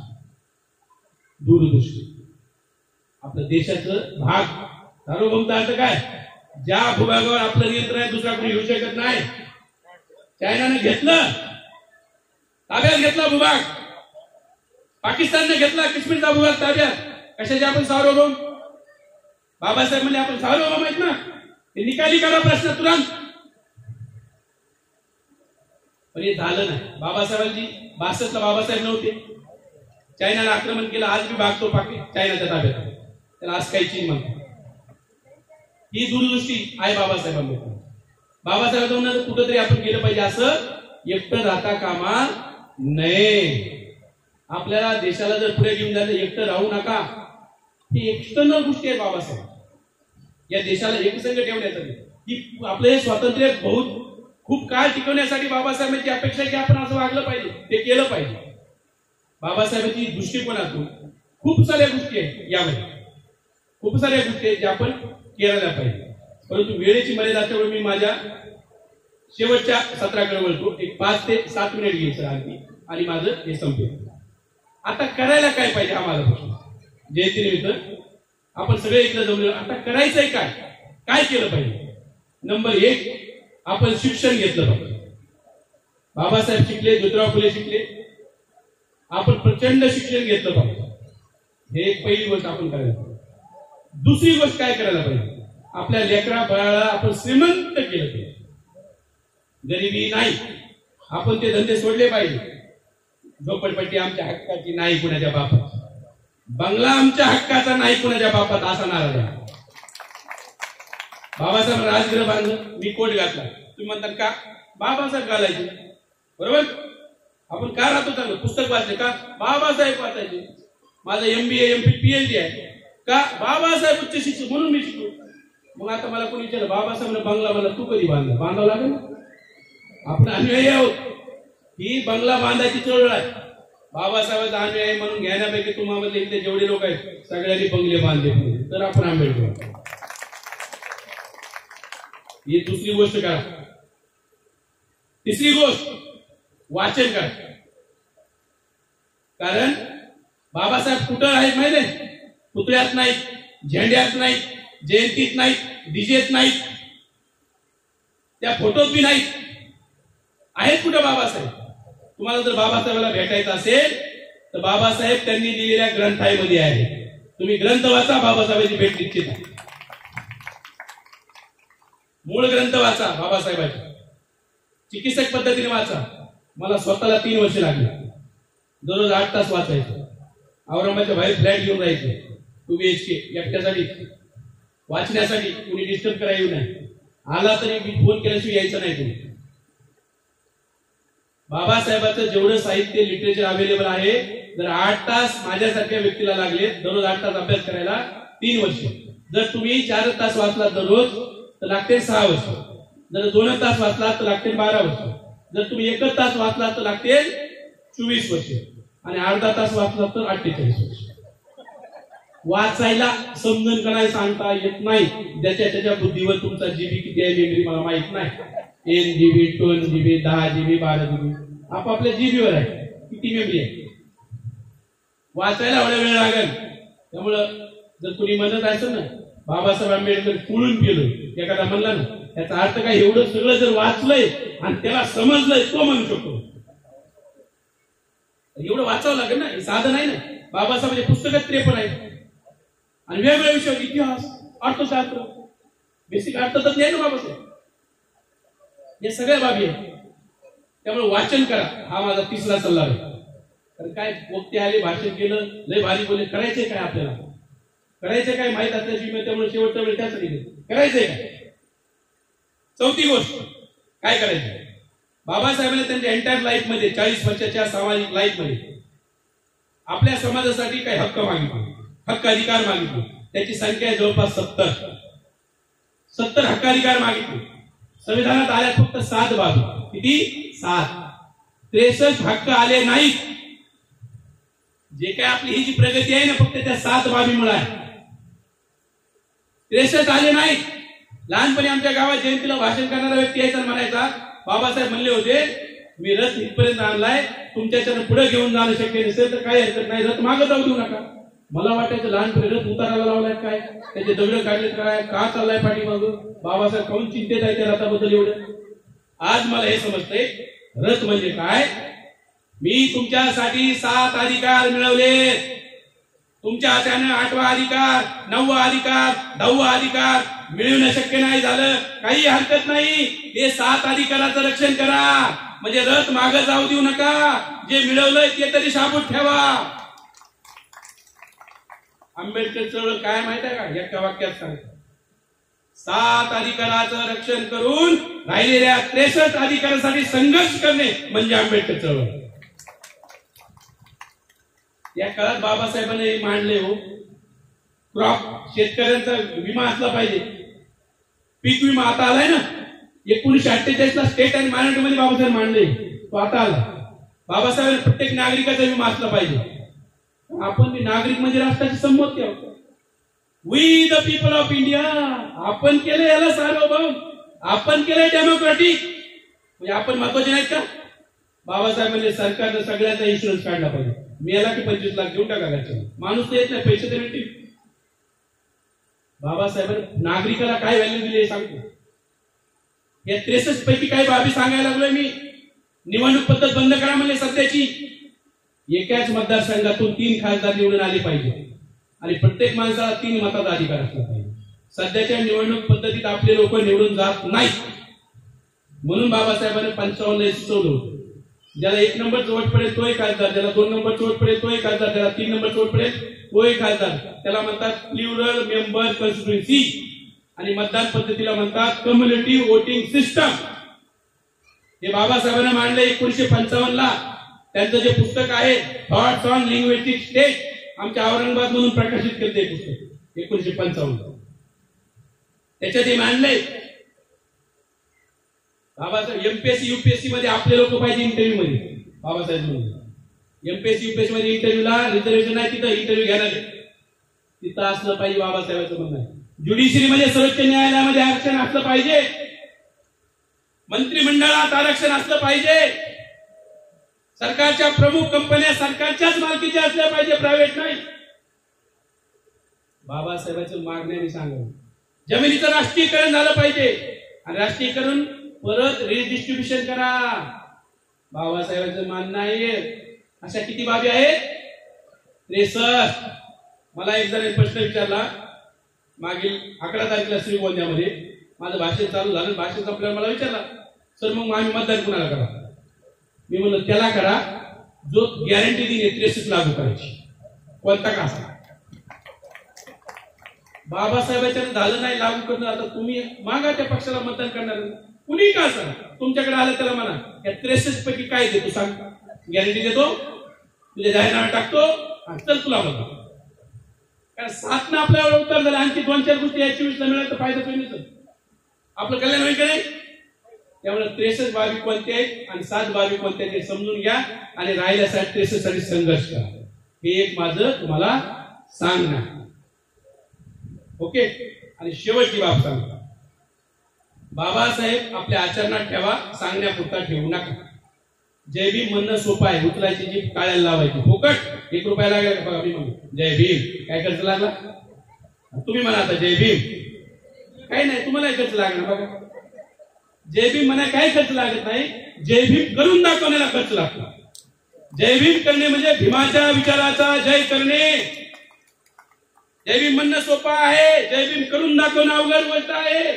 सोपे बाबासाहेब घेतले आपण, अवघड बाबासाहेब घ्या, आता कठीण बाबासाहेब घ्या. झेंडा घेऊन नाचणे सोपे बाबासाहेब, फोटोला हार लावणे सोपे बाबासाहेब, त्यांनी लिहिलेलं वाचन करणं अवघड बाबासाहेब. मला एक जण म्हणला जे काय वाचायचं होतं बाबासाहेबांना वाचलं, आपल्याला काही शिल्लक ठेवलं म्हणजे तुला काय कानात येऊन सांगितलं का मग काय वाचलं. लोक आपले महान आहेत. नमो तस्सं जसं तसं, जय भी बोलो इधर भी बोलो, इधर भी नहीं जाने का, तो सीधा जाने का. एकदा दिल्लीमध्ये होतो, दिल्लीमध्ये कार्यक्रमात आमचं शिबिर चालू झालं 9 वाजता. तो झोपलेला 9:30. मी उठला, सर उठा. तेव्हा मी झोपू दे. आहो सर उठा. तेव्हा मी बाबासाहेबांचं काम करणार. झोपून असं काय करणार तू बाबासाहेबांचं काम? तेव्हा बाबासाहेबांचं अधुरं काम करायचं. म्हणजे कोणतं? म्हणजे बाबासाहेब किती तास अभ्यास करायचे? मला 18 तास 20 तास. मग त्यांची झोप होत होती का? म्हणलं नाही, ती राहिलेली झोप मी घ्यायला. सोपे बाबासाहेब, आपल्या लोकांनी सोपे बाबासाहेब निवडले. अवघड बाबासाहेब म्हणलं अभ्यास करायला लागेल ना, दिमाग लागेल ना, तिथं क्रिटिकल थिंकिंग लागेल, डिसिजन मेकिंग लागेल, लय गोष्टी लागतात. मग मेंदूला ताण द्यावा लागतो. 10 GB तर 20 GB वाढवावं लागतं. पेनड्राईव्ह लावावं लागेल एक्स्ट्रा, आपल्याला CPU लावावं लागेल, तेव्हा हे वाढेल. त्यामुळे आपले सोपं निवडतो. माझं म्हणणं आहे, शेवटचा मी जो मेसेज सांगतोय, आपल्याला जेबीम करायचं आहे. जेबीम करण्यासाठी तसं आचरण घ्या. बघा, ज्या लोकांचं सरकार आहे ना देशावरती, ज्या संघाचं, त्यांची विचारधारा घटी आहे, दंगली घडवली, पण त्यांचं राज्य का माहिती? आपली विचारधारा भारी आहे. समता, बंधुत्व, न्याय, मानवमुक्ती, संविधान, भल्या मोठ्या माता. आपली विचारधारा भारी आहे, वागणं घटी आहे. त्यांची विचारधारा घटी आहे, वागणं चांगलं. रिझल्ट कधी येतो माहित आहे? वागणं चांगलं ठेवा, लोकांना जोडा. कारण बाबासाहेबांना आपल्याला छोटं ध्येय दिलं नाही, तुम्हाला आम्हाला मोठं ध्येय दिलं. जा आणि तुमच्या घराच्या भिंतीवर लिहून ठेवा, तुम्हाला या देशाची शासनकर्ती जमात बनायचं आहे. लोक घरी गेले, भिंतच नव्हत्या, कुणाचे घर. याचा अर्थ काय म्हणत? अगोदर घर बांधा. बाबासाहेबांना सांगायचं अगोदर घर बांधा. मी जर तुम्हाला म्हणलं जा आणि तुमच्या बंगल्यावर लिहून ठेवा, तुम्हाला या देशाची शासनकर्ती जमात बनायचं, तुम्ही म्हणता सर आमच्याकडे बंगलाच नाही, मग बंगला बांधा. बाबासाहेबांचं सांगण्यात आहे अगोदर घर बांधा, मग त्या भिंतीवर लिहून ठेवा शासनकर्ती जमात बनायचे. त्यांना माहित होतं आपली सायकोलॉजी. जर प्रधानमंत्री हो म्हटलं तर कमीत कमी आमदार तरी होईल बिचारा. जर कलेक्टर हो म्हणलं तर कमीत कमी क्लर्क तरी होईल. मोठं ध्येय दिलं बाबासाहेबांना, आपल्याला छोटं ध्येय दिलं नाही. माऱ्याच्या जागा काबीज करा म्हणजे बाबासाहेब. माऱ्याच्या मध्ये काय, जो किल्ला असतो ना, किल्ल्यामध्ये एक बाले किल्ला असतो, तिथून शत्रूवर मारा करावा लागतो. माऱ्याच्या जागा म्हणजे काय, शत्रूवर मारा करायचा असलं तशा जागा चांगल्या क्लास 1 अधिकारी बना. सोप्या वाटत. फक्त आमदार खासदार तिथंच बना एवढं नाही बाबासाहेब. क्लास 1 अधिकारी बना. आपण क्लास 1 अधिकारी बनलं पाहिजे, आपण आमदार खासदार बनलं पाहिजे. बाबासाहेब सांगताय की माऱ्याच्या जागेकडे आपलं अर्धवट एकच सांगितलं, मास्टर चाबी है पॉलिटिकल की और उसके हर दावा खुले. अरे ती चाबी गायब झाली ना, कुठे गेली माहित आहे का आता? म्हणून बाबासाहेब आपल्याला मोठं ध्येय दिले, प्रबुद्ध भारत करा. बाबासाहेबांनी भारत बौद्धमय करा. किती मोठं ध्येय? भारतामध्ये बाबासाहेबांनी त्यांच्यासाठी काम केलं असे 6000 जाती. शेड्यूल कास्ट मध्ये 59, महाराष्ट्रात देशात 1500, शेड्यूल ट्राईब मध्ये महाराष्ट्रात 47, देशामध्ये 750, ओबीसी मध्ये 3743. बेरीज करा, एससी एसटी ओबीसी 6000 जाती आहेत. 6000 जाती आज आरक्षण घेत आहेत, त्यांच्यासाठी बाबासाहेबांचं काम. एका जातीसाठी एक आहे. जाणे विचार घेऊन बाबासाहेब ते जावा तुम्ही, म्हणून बाबासाहेबांनी सांगितलं. आणि एका गलीबोळाचं संघटन नाही केलं बाबासाहेबांनी, देशव्यापी संघटन उभा केलं. बाबासाहेबांचे कार्यक्रम कुठे कुठे होते? मद्रासला होते, बंगालमधून निवडून आले बाबासाहेब. बाबासाहेब दिल्लीमध्ये, तिकडे लाहोरमध्ये राष्ट्रीय लेवलचं संघटन उभा केलं. एक कुठलं हे खेळले नाही बाबासाहेब. कारण त्यांना भारत जर प्रबुद्ध भारत करायचा आहे, प्रबुद्ध भारत, भारत बौद्धमय करायचं, याचा अर्थ तमिळनाडूचे करायचे, केरळचे करायचे, मेघालयचे करायचे ना. तिथं जावं लागेल ना करण्यासाठी, सांगावं लागेल ना समजून, तर होईल ना. हे मोठं ध्येय दिले, मोठं ध्येय बाळगा. बाबासाहेब आपल्याला मोठंच बनायला सांगितलंय. छोटं ध्येय बाळगू नका, छोटं राहू नका. तरच मला वाटतंय भीमाचा जय आहे. फक्त जयभीम म्हणत बसू नका. तर तुम्ही आम्ही या जयंती दिनी प्रतिज्ञा करूयात, आम्ही फक्त जयभीम म्हणणार नाही, तर खऱ्या अर्थाने बाबासाहेब आंबेडकरांचा भीमाचा विचाराचा जय करून दाखवूया. एवढंच ठरवतो आणि थांबतो. जय भीम, जय भारत.